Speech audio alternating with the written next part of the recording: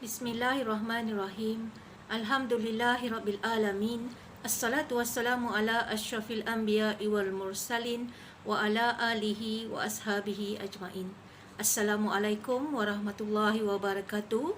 Salam sejahtera dan salam sayang saya ucapkan kepada barisan pentadbir SMK Perempuan Bukit Kuda, rakan-rakan guru, ibu bapa penjaga serta anak-anak puteri-puteri SMK Perempuan Bukit Kuda yang saya kasihi. Alhamdulillah, bersyukur kita kehadrat Ilahi kerana dengan limpah kurnianya kita dapat bersama-sama pada hari ini dalam majlis perasmian Minggu Pendidikan Pencegahan Dadah PPDA peringkat SMK Perempuan Bukit Kuda bagi tahun 2021. Tuan-tuan, puan-puan dan anak-anak yang dikasihi, saban tahun tanpa gagal, pihak sekolah merancang dan melaksanakan pelbagai program atau aktiviti pendidikan pencegahan dadah. Tujuan diadakan program dan aktiviti ini adalah tidak lain dan tidak bukan untuk memberikan anak-anak pendidikan dan pelajaran betapa bahayanya dadah kepada penghidupan mereka serta masa hadapan mereka jika mereka terlibat dengannya. Maka, sudah pastinya dadah itu sesuatu benda atau perkara yang perlu dijauhi dalam hidup kerana kesan keterlibatan dengan dadah adalah amat buruk sekali. Secara simboliknya juga, aktiviti-aktiviti dan program-program PPDA di sekolah diharapkan akan dapat memberikan anak-anak didikan dan pelajaran agar tidak mendekati apa-apa bahan terlarang yang menjurus kepada dadah seperti rokok, gam, inhalan mahupun vape. Berjinak-jinak dengan rokok, gam, inhalan dan vape memungkinkan anak-anak kita menuju kepada langkah-langkah awal mendekatkan diri dengan najis dadah. Anak-anak puteri yang saya kasihi, sesungguhnya kesan dan impak yang dialami akibat terlibat dengan dadah adalah sangat serius dan mendalam kepada seseorang individu khususnya dan masyarakat umumnya. Dengan kata lain, peluang yang diberikan dalam hidup yang sekali ini dipersia-siakan atau dibuang begitu sahaja jika seseorang itu terlibat dengan dadah. Kerana dadah mampu mengheret seseorang itu ke lembah kehinaan. Janganlah dipersiakan hidup yang dianugerahkan olehnya, malah haruslah kita pergunakan anugerah kehidupan itu dengan sebaik-baiknya. Gejala sosial yang wujud akibat penyalahgunaan dadah memberi kesan dan impak yang tidak menguntungkan juga kepada masyarakat dan negara selain kepada individu tersebut. Saya menyeru agar anak-anak puteri saya akan berusaha melibatkan diri dalam semua program dan aktiviti yang dijalankan sepanjang minggu PPDA ini berjalan.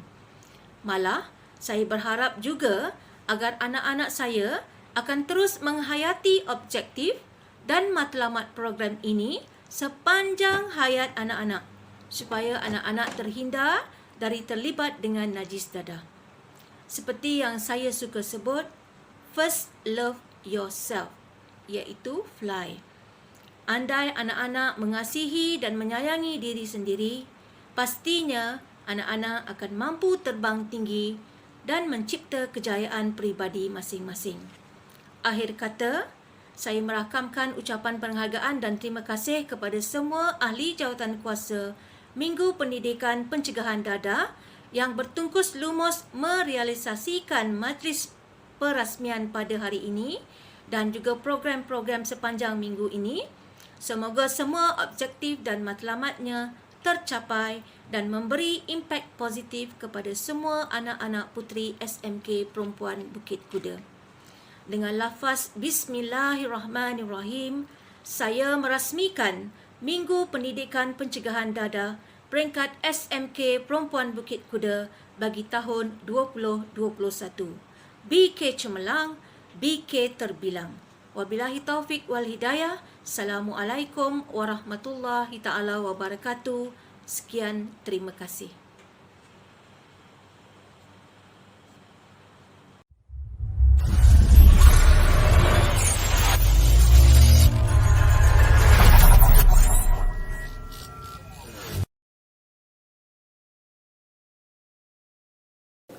Assalamualaikum warahmatullahi wabarakatuh dan salam sejahtera. Alhamdulillah, setinggi-tinggi kesyukuran dipanjatkan ke hadrat Allah Subhanahu wa taala kerana dengan limpah kurnia dan inayahnya kita bertuah dapat hidup dalam sebuah negara yang harmoni dan bersatu padu. Pandemik COVID-19 yang melanda seluruh dunia telah memberikan kesan kepada kehidupan kita. Namun begitu, melalui usaha-usaha berterusan kerajaan untuk mengekang penularan wabak ini, negara kita mampu membendungnya daripada menjadi semakin parah. Selain pandemik COVID-19, negara kita sentiasa diancam dengan pelbagai permasalahan sosial, antaranya penyalahgunaan dadah. Pelbagai inisiatif telah dilakukan sejak dadah diisytiharkan sebagai musuh nombor 1 negara pada 19 Februari 1983. Polisi dan komitmen negara terhadap usaha menangani permasalahan dadah telah dinyatakan secara jelas melalui peruntukan akta-akta berkaitan dadah dan dasar dadah negara. Tanggungjawab dan peranan setiap pihak juga telah diperincikan dalam dasar dadah negara. Dengan adanya usaha kolaboratif ini yang digerakkan secara bersepadu, insya-Allah penularan penyalahgunaan dadah dalam komuniti juga mampu dibendung daripada semakin parah. Pengamalan norma baru dalam membendung penularan wabak COVID-19 tidak akan menemui kejayaan sekiranya tidak dilaksanakan dengan baik oleh setiap lapisan masyarakat.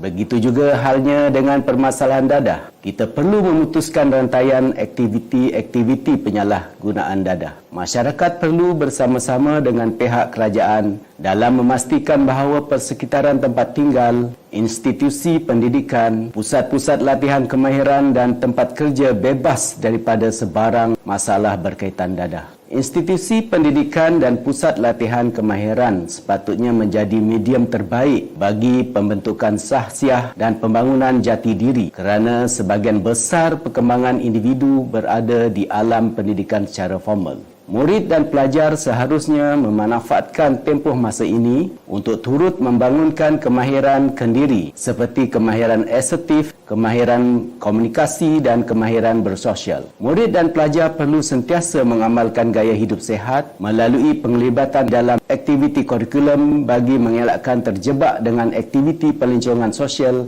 dan penyalahgunaan dadah. Persekitaran di tempat kerja pula haruslah sentiasa berada dalam keadaan yang kondusif. Program-program berkaitan kesedaran untuk meningkatkan tahap keselamatan dan kesihatan pekerja seperti program pendidikan pencegahan dadah perlu dilaksanakan secara berterusan. Kerjasama ini akhirnya akan memberikan pulangan keuntungan kepada negara dan masyarakat. Negara dapat menjimatkan kos untuk menangani permasalahan dadah dan seterusnya mewujudkan persekitaran yang sehat serta selamat. Seiring dengan perkembangan teknologi semasa, penggunaan aplikasi dan teknologi baharu perlu sentiasa diteroka dan digunakan untuk memantapkan usaha menangani permasalahan dadah. Mesej-mesej kesedaran anti dadah perlu dipergiatkan lagi menerusi media-media baru bagi memperingati masyarakat tentang ancaman bahaya dadah. Namun begitu, terdapat juga pihak yang tidak bertanggungjawab telah menyalahgunakan perkembangan teknologi.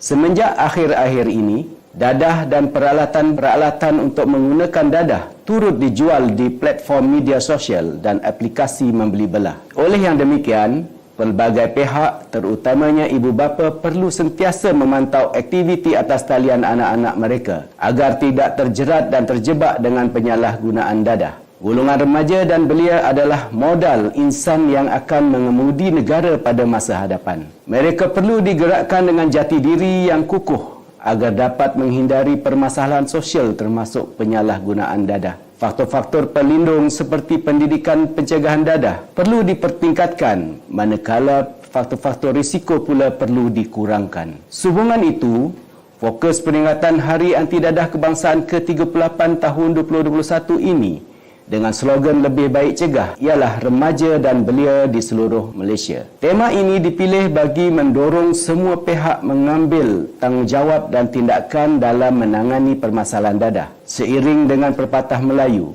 mencegah lebih baik daripada mengubati. Umum mengetahui bahawa permasalahan dadah adalah manifestasi permasalahan sosial yang lain seperti kerapuhan institusi rumah tangga, tahap pendidikan yang rendah, jenayah jalanan serta kemiskinan. Berikutan itu, dalam menangani permasalahan dadah, usaha sebuah pihak sahaja tidak mencukupi. Usaha kolaboratif secara bersepadu daripada pelbagai pihak perlu dilaksanakan bagi mengatasi permasalahan ini di peringkat awal. Agensi Anti Dadah Kebangsaan juga akan meneruskan sasaran dadah terkawal 2025. Untuk itu, semua ahli masyarakat termasuk jabatan kerajaan, badan bukan kerajaan dan ahli komuniti akan digerakkan dalam mengawal penularan penagihan dadah menjelang tahun 2025. Usaha ini akan dilaksanakan berdasarkan model-model yang telah dikenal pasti semasa pelaksanaan projek inisiatif bersepadu menangani permasalahan dadah, substan dan pelancongan sosial pada tahun 2020. Walaupun tema pada tahun ini menumpukan kepada aktiviti pencegahan, rawatan dan pemulihan terhadap mereka yang telah menyalahgunakan dadah akan tetap diteruskan. Agensi Anti Dadah Kebangsaan menyeru kepada semua yang telah terlibat dengan penyalahgunaan dadah untuk mendapatkan rawatan dan menjalani pemulihan secara sukarela sama ada di fasiliti yang disediakan oleh kerajaan ataupun swasta. Sementara itu, operasi penangkapan dan penahanan pula akan juga diteruskan supaya kumpulan ini dapat dirawat dan dipulihkan sewajarnya. Di kesempatan ini, saya mewakili Agensi Anti Dadah Kebangsaan merakamkan ucapan setinggi-tinggi penghargaan kepada semua pihak yang telah bersama-sama menangani permasalahan dadah. Semoga usaha kita akan terus mendapat sokongan masyarakat dan beroleh keberkatan Allah Subhanahu Wa Taala. Lebih baik cegah, dadah terkawal 2025. Sekian, wabillahi taufik wal hidayah. Wassalamualaikum warahmatullahi wabarakatuh.